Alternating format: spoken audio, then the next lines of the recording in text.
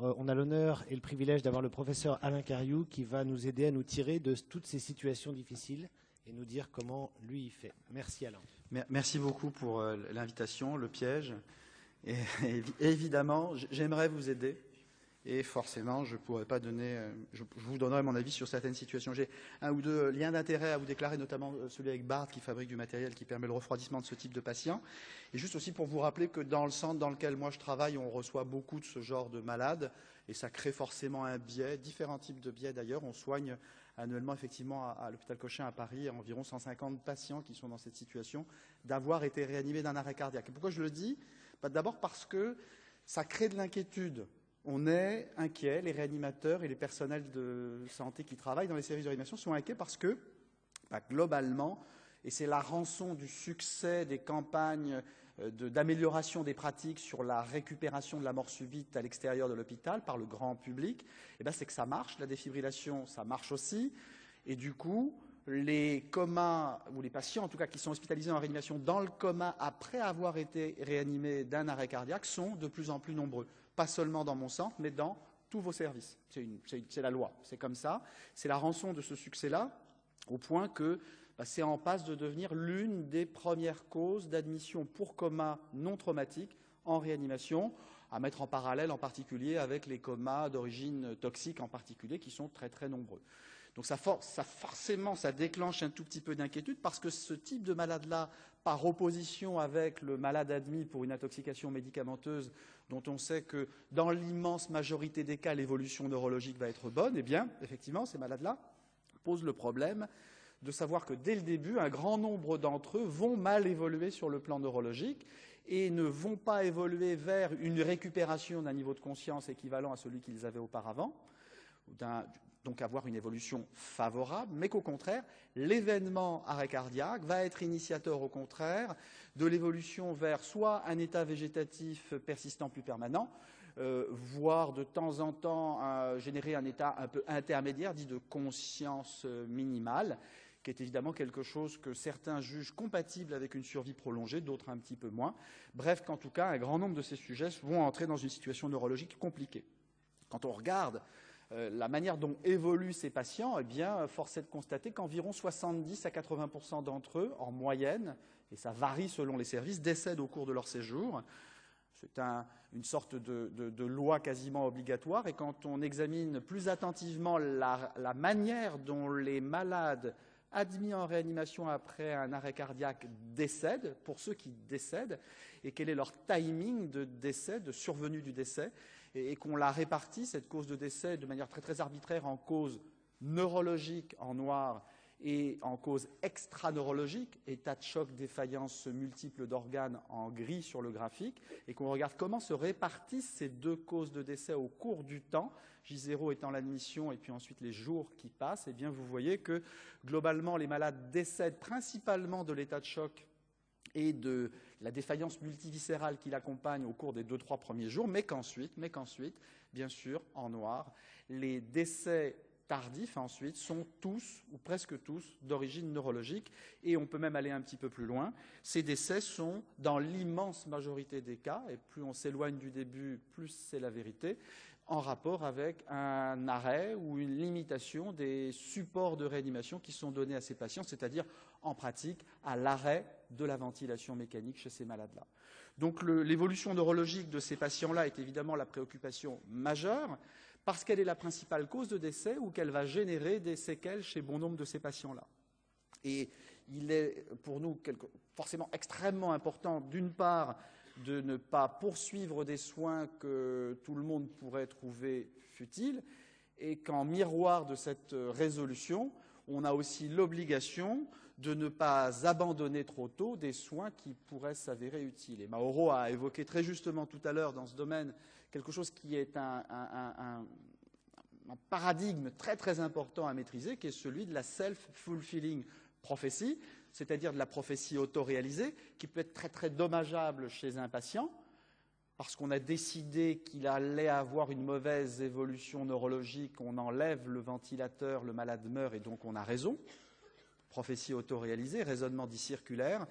Mais ça peut aller évidemment un peu plus loin, Mauro, moi et bien d'autres, on pense que tel test prédit à coup sûr le décès, on l'écrit, on le recommande, ça va influencer votre façon de faire, vous allez appliquer cette recommandation, ces recommandations, et en faisant ceci, quand vous publierez vos résultats, nous pourrons, nous, constater que ce que nous avions dit était vrai, puisque tous les malades qui avaient ce test positif sont effectivement morts, vous avez cessé les soins, et que par conséquent, nous pouvons continuer larga manu à diffuser le message initial. Nous avions raison et le raisonnement est complètement circulaire. Le risque est évidemment fort et ça peut aller un petit peu au-delà. Je voulais évoquer volontairement quelques situations, comme celui de ce monsieur de 76 ans qui a une maladie chronique, une leucémie lymphoïde chronique, qui n'est pas une maladie si maligne que ça en dépit de son nom, une coronaropathie qui est autonome et qui a présenté un arrêt cardiaque à domicile avec des durées de réanimation, vous le voyez, qui ne sont pas trop défavorables, qui est comateux à l'admission et chez lequel, immédiatement, du fait de l'âge et de la pathologie chronique, tout le monde s'interroge sur les chances de devenir. Quand on regarde l'association qui existe entre ces différents paramètres qui décrivent les antécédents du patient, son âge essentiellement, et les conditions de survenue de l'arrêt cardiaque et de réalisation de la ressuscitation, on se rend compte finalement que les caractéristiques de ce patient ne sont pas forcément des caractéristiques qui sont si défavorables que ça. Si on n'a que ces infos à l'admission, eh bien les infos dont on dispose sont des informations qui ne nous permettent pas d'en tirer une valeur pronostique très très importante. En gros, les informations pré-arrêt cardiaque et même per-ressuscitation, donc ces infos de conditions de survenue, ne sont pas des infos qui colportent une information majeure en matière d'évidence du pronostic. Et même l'âge, et surtout l'âge, j'allais dire, eh bien, on en est pas mal revenu. On s'est aperçu que globalement, l'âge en lui-même ne devrait pas être quelque chose qui génère une prise de décision. Dans cette étude, les auteurs ont examiné le devenir de sujets qui ont été admis en réanimation après avoir fait un arrêt cardiaque, selon qu'ils appartenaient à la catégorie des gens qui avaient plus de 75 ans ou moins de 75 ans. 75 ans, c'est déjà un cut-off relativement élevé qu'on considère comme étant la catégorie des sujets dits âgés. Eh bien, ils ont observé, ces auteurs, que globalement, l'âge était effectivement associé au pronostic, mais que quand on incorporait dans l'analyse multivariée le fait que les sujets, l'ensemble des sujets de la cohorte, avaient ou pas fait l'objet d'une décision de non-ressuscitation, bref, une décision de limitation ou d'arrêt des thérapeutiques, alors l'âge, cette fois, sortait complètement des facteurs prédictifs.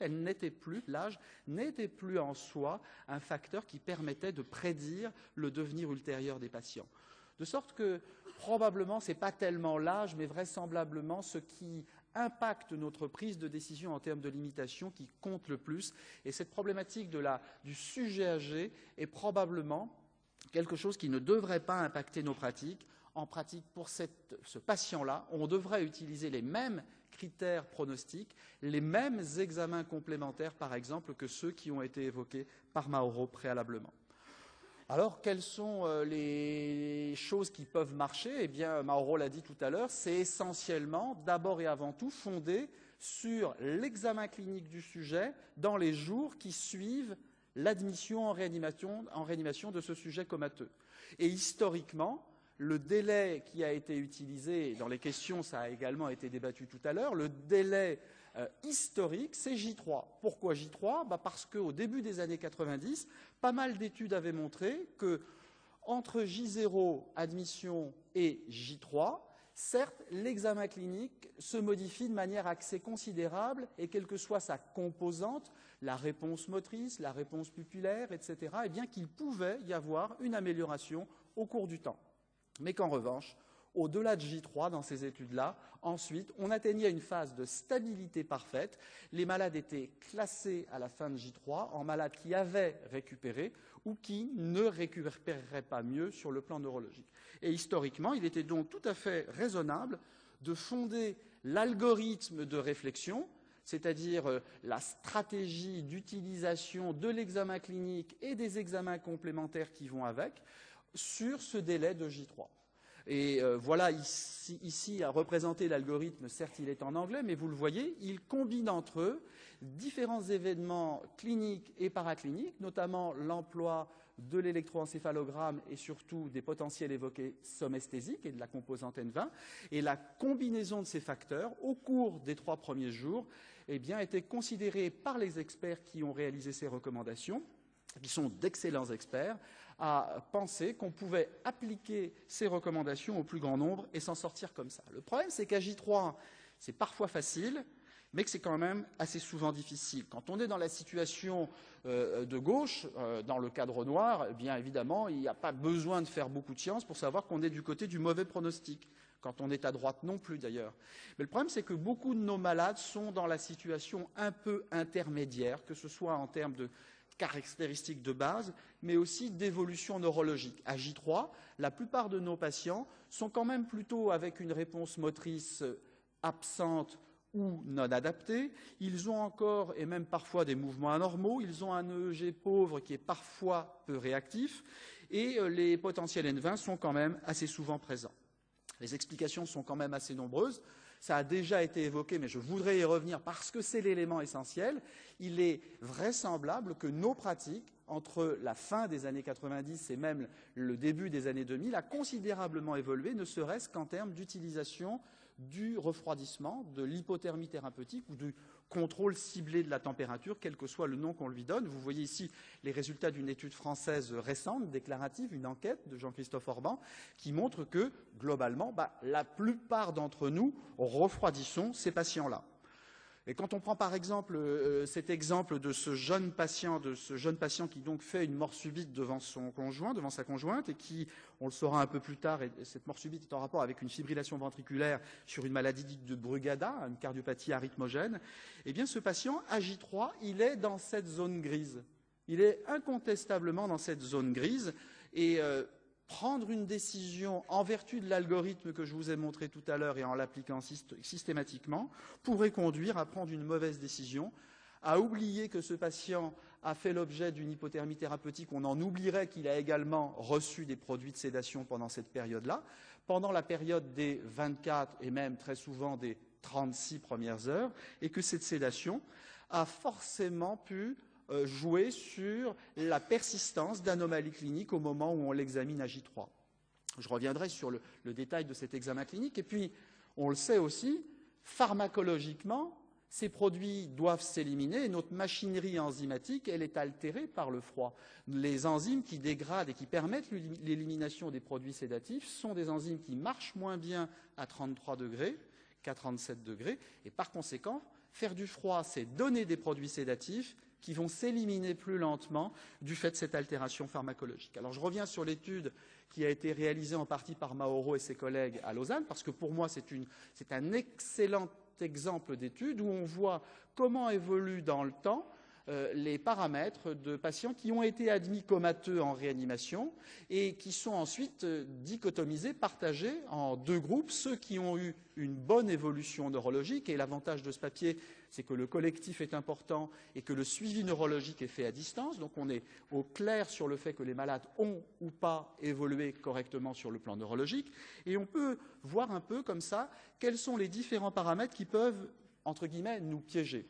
On a parlé pas mal de la réponse motrice, et Mauro nous a expliqué que quand la réponse motrice est mauvaise, c'est-à-dire qu'elle est inexistante et que cette inexistence est éventuellement associée à une petite extension, eh bien que ce n'était pas bon. Et vous constatez qu'effectivement, dans cette étude, les malades qui ont mal évolué sur le plan neurologique, eh bien que la quasi-totalité d'entre eux avaient effectivement, 3/4 d'entre eux, une mauvaise réponse motrice et que c'est associé donc au mauvais pronostic. Mais on voit également que 4 d'entre eux avaient quand même une réponse motrice très altérée initialement.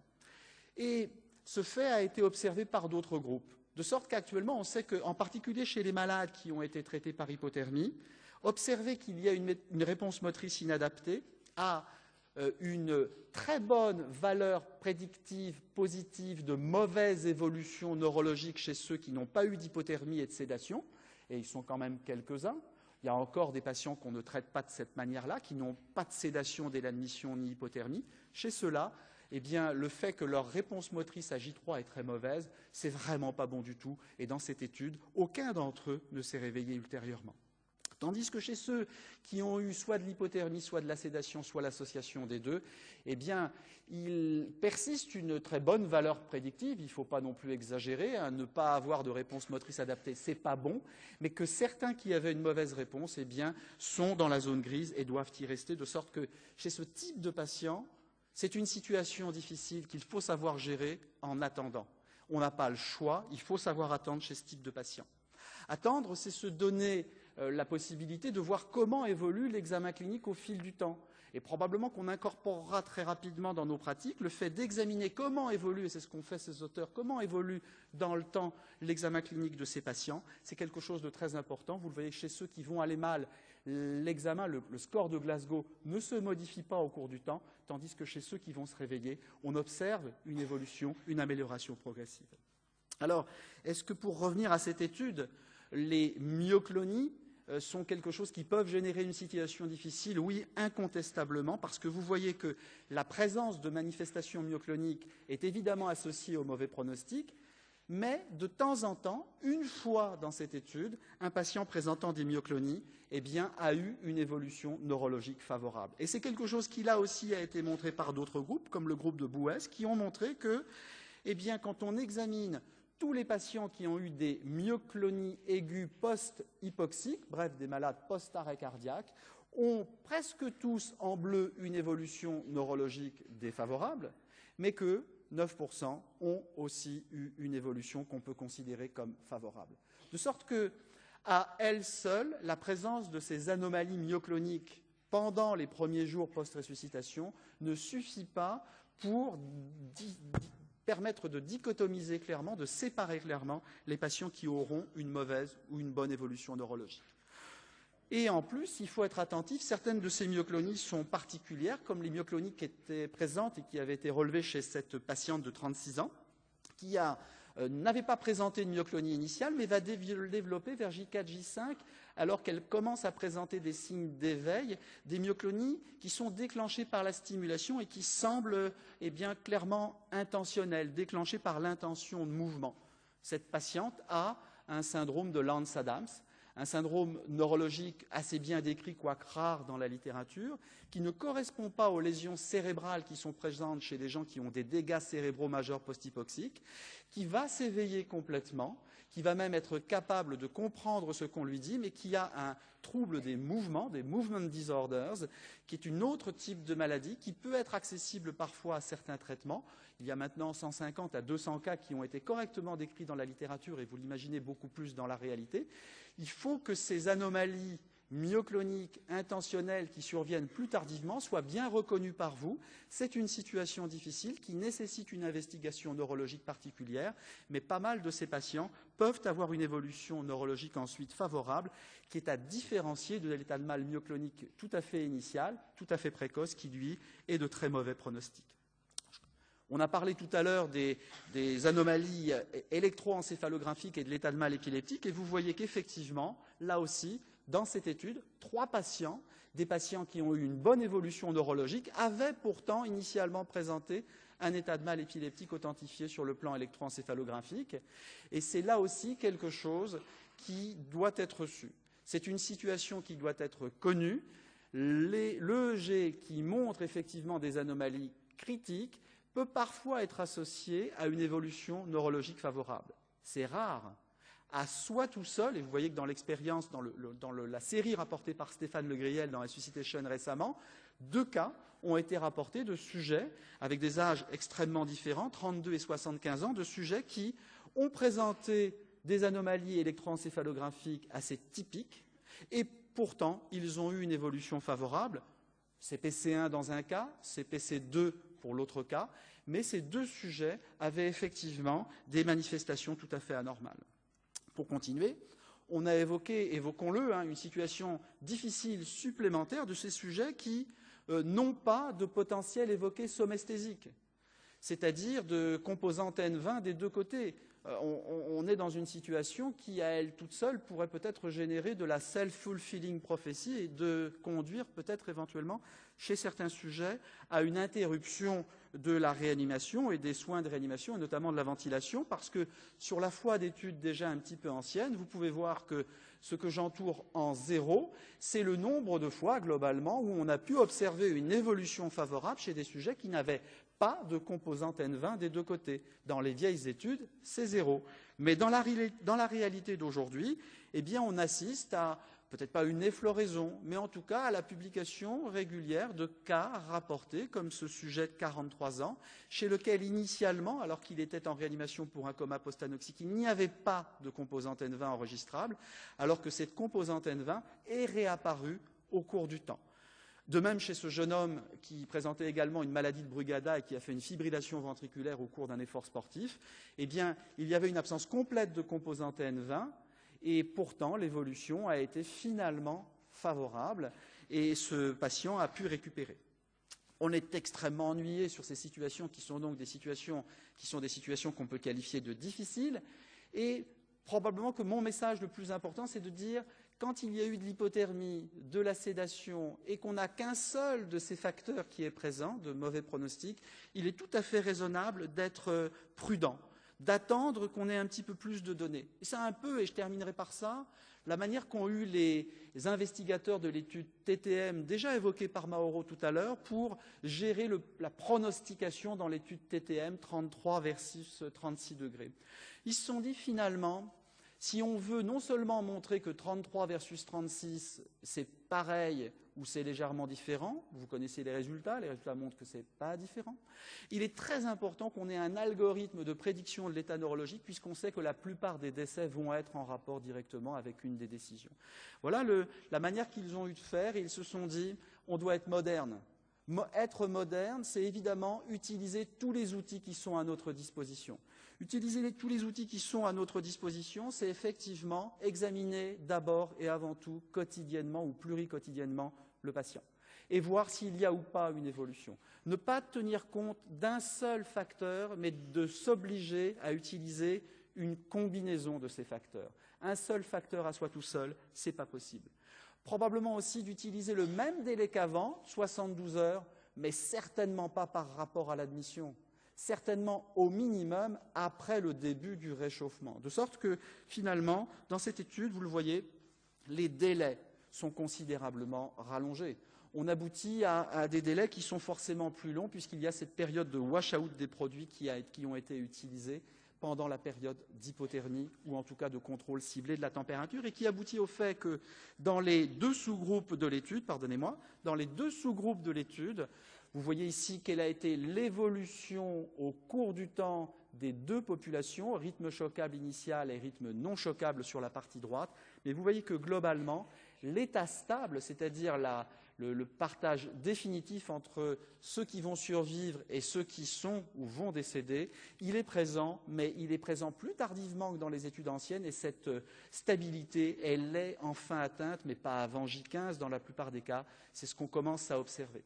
Ça ne veut pas dire qu'il faut attendre 15 jours chez tous les patients, et ce n'est pas du tout ce qui a été fait dans cette étude. Vous voyez qu'il y a eu aussi beaucoup de décès précoces, mais c'est simplement, et je conclurai là-dessus, pour dire qu'il est très important pour se sortir de ces situations difficiles qu'on utilise une procédure, que ce soit celle des investigateurs de TTM ou une autre, mais qu'en tout cas elle soit fondée sur des éléments qui sont extrêmement reproductibles et stables et qui sont d'abord et avant tout l'examen clinique.